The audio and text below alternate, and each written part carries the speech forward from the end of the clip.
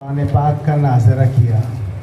اور عزیز بچوں، یہ کتاب وہ ہے جو اللہ تعالیٰ نے اپنی ذات سے اس کتاب کو اللہ کی کتاب اللہ کی ذات سے نکلی ہے، اور جو سارے کائنات کا چلانے والا ہے، جس نے آسمان بنایا، زمین بنائی، ستارے سیارے بنائے، سارا نظام اس کا ہے، اور اسی نے انسان کو شاہکار بنایا اس جہاں کا، اور کہا لقد کرمنا بنی آدم، ہم نے آدم کے بیٹے کو بڑی عزت دی۔ کبھی کہا لقد خلقنا الانسان فی احسن تقویم، ہم نے انسان کو بہترین سانچہ عطا کیا۔ چند باتیں کروں گا بیٹا، ضروری کوئی تقریر نہیں کروں گا۔ ہم خیر امت ہے، اس دنیا کے لیے نکالے گئے ہیں۔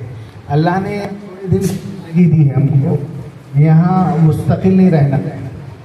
اللہ تعالیٰ نے گائیڈ لائنز دی قرآن میں، اس زندگی کو کیسے بڑھتا جائے، کیسے گزارا جائے، یہاں اپنے مالک کے ساتھ آپ کے تعلقات کیسے ہو، آپ کے مخلوق کے ساتھ تعلقات کیسے ہو۔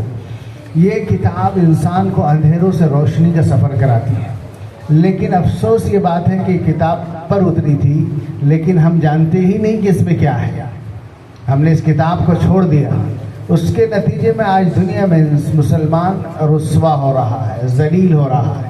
اللہ کے نبی نے فرمایا تھا کہ یہ کتاب، یہ ایسی کتاب ہے کہ اللہ تعالیٰ نے اس کو نازل کیا، فیہ خبر ما بعدکم، یہ تمہارے بعد میں آنے والی تمام چیزوں کا اس میں احاطہ کر دیا گیا۔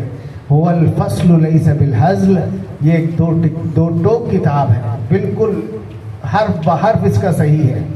من ترکہ بجبار قسمہ اللہ، جو کسی سرکش کے ڈر سے بھی قرآن چھوڑے گا، اللہ اس کے ٹکڑے ٹکڑے کر دے گا، اللہ اس کو فنا کر دے گا، دنیا میں ترقی نہیں کر سکتا۔ آپ کو معلوم ہے کہ صحابہ کرام قرآن کو پڑھ کر اور قرآن کو سمجھ کر پوری دنیا کے حاکم بن گئے تھے، جو اونٹوں کے چرانے والے تھے، جن کو کچھ نہیں معلوم تھا، جو زمین پر بوجھ بنے ہوئے تھے، لیکن اس قرآن کی تربیت سے پوری دنیا کی کایا پلٹے کہ نہیں پلٹے انہوں نے۔ آپ کو معلوم ہے یہ بات کہ صحابہ نے اور حضور نے 23 سال میں پوری دنیا کی کایا پلٹ دی۔ آج ہمارے ملک میں جو حالات ہے بیٹا، ہماری توحید چھین لینا چاہتے ہیں، اسکول کا نظام تعلیم بدل دیا انہوں نے، لیکن آپ وہ کڑی ہے انشاءاللہ آپ نے طے کرنا کہ ہم اس ملک میں اسلام کو اور مسلمانوں کو عزت عطا کریں گے انشاءاللہ۔ آپ ایک جذبہ لے کے اٹھو، ابھی قرآن آپ نے ناظرہ پڑھا، آپ اس کو حفظ کریں گے، سمجھیں گے اور دنیا کو سمجھائیں گے انشاءاللہ۔ نیت کرنا ہمارا کام ہے، پورا کرنا اللہ کا کام ہے۔ جب بندہ نیت کرتا ہے، انما الاعمال بالنیات، سارے اعمال کا دار و مدار نیت پر۔ آپ نیت کر لو، میٹر ڈاؤن ہو جائے گا، اللہ تمہارے سینوں کو کھولے گا، اور تمہارے اساتذہ نے تم کو قرآن پڑھایا اور تم کو زمین سے آسمان کی بلندی عطا کی، ان کے لیے دعا کرنا کہ آج ہم کچھ نہیں تھے لیکن اللہ کے کلام کو ہم تجوید کے ساتھ پڑھا ہے۔ اور آپ ایک ایسے اسکول میں ہے بیٹا جو شہر کے ایک نامور اسکولوں میں ایک اسکول ہے، جس کی تربیت اور تعلیم اور تزکیہ یہ سارے اس میں مشہور ہے کہ آج اسکولوں میں بچے جہاں تربیت نہیں ہے، ماں باپ پریشان ہیں اسکول میں بھیج کر، تعلیم تو حاصل کر رہا ہے انسان، لیکن اس کے اندر انسانیت نہیں آ رہی، اس کے اندر اخلاق نہیں آ رہے۔ تو وہ ایسی تعلیم سب بیکار ہے جس سے اگر آپ کو اپنے ماں باپ کا ادب نہیں معلوم، آپ کو اپنے اساتذہ کا ادب نہیں معلوم، آپ چلنے والے ایک اچھے انسان نہیں بن رہے، تو ایسی ساری کتابوں کو ہم قابل ضبطی سمجھتے ہیں۔ اکبر الہ آبادی کا شعر ہے، ایسی ساری کتابوں کو ہم قابل ضبطی سمجھتے ہیں جس کو پڑھ کر لوگ اپنے ماں باپ کو خبطی سمجھتے ہیں۔ اگر یہ ہے تو بیکار ہے۔ اللہ سے کرے دور تو تعلیم بھی فتنہ، اولاد بھی، املاک بھی، جاگیر بھی فتنہ، ناحق کے لیے اٹھے تو شمشیر بھی فتنہ، شمشیر ہی کیا نعرہ تکبیر بھی فتنہ۔ یہ ساری چیزیں آج جتنے کرائم اور جرائم ہو رہے بیٹا، کوئی الٹریٹ لوگ نہیں کر رہے، پڑھے لکھے لوگ کر رہے ہیں، کیونکہ تعلیم کے ساتھ ان کا تزکیہ نہیں ہوا، انہوں نے رب کے نام سے تعلیم نہیں حاصل کری۔ آج آپ دیکھو پیٹرن روڈ پر اولڈ ایج ہوم ہے جہاں بڈھوں کو لے جا کے ڈال دی لوگوں نے، اور بڑے بڑے ان کے بیٹے ڈاکٹر ہے، انجینئر ہے، سائنٹسٹ ہے، پائلٹ ہے، لیکن ماں باپ کو لاوارث کی جیسے ڈال دیا۔ ان ماں باپ کو دوا گولی کو پیسے نہیں، ہم لوگ کبھی وزٹ کرتے ہیں وہاں پر تو اتنا افسوس ہوتا ہے کہ کہ جس تعلیم نے ان کو ماں باپ جنہوں نے ان کو جنم دیا وہ تک انہوں نے ان کو گھر میں نہیں رکھا. تو ایسے بیٹے دنیا میں یہ سب چل رہا ہے.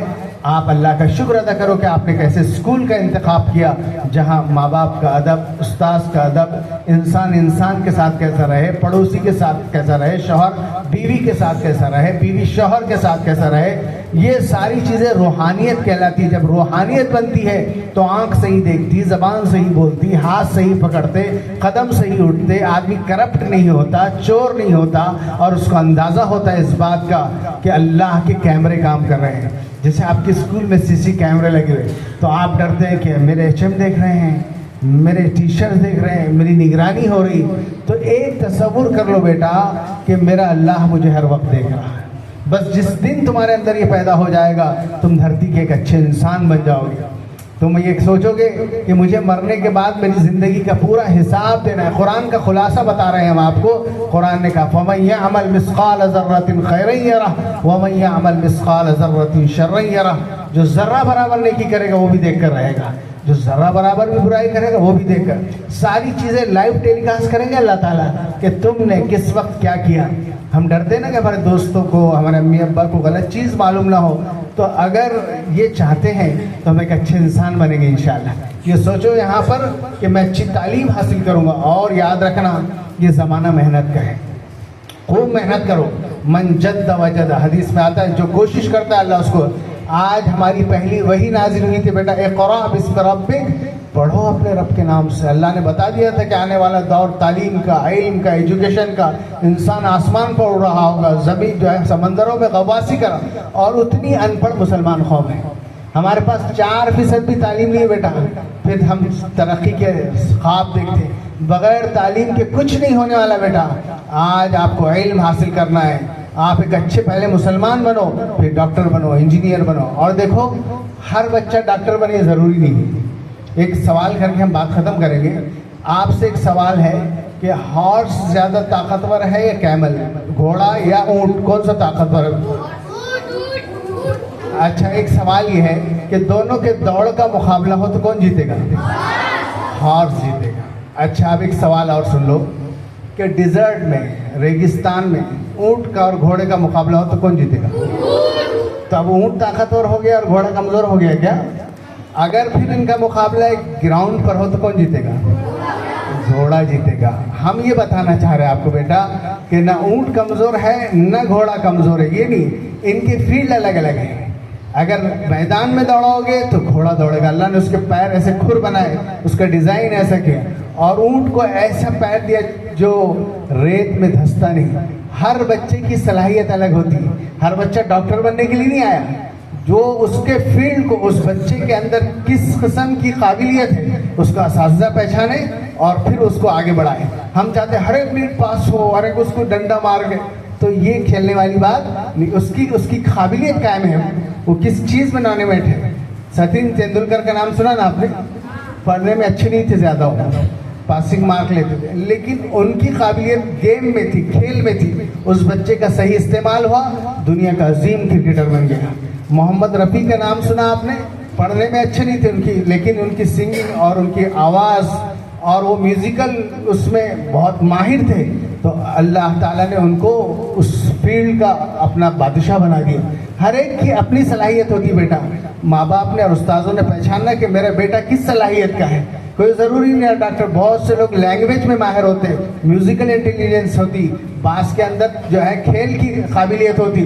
تو اپنی فیلڈ سمجھ لینا اور پھر اساتذہ نے ویسے تیار کرنا, تو انشاءاللہ آپ دنیا کے ماہر ترین انسان بنو گے. اور مایوس نہیں ہونا بیٹا, بہت محنت کرنا. یہ زمانہ محنت کا ہے.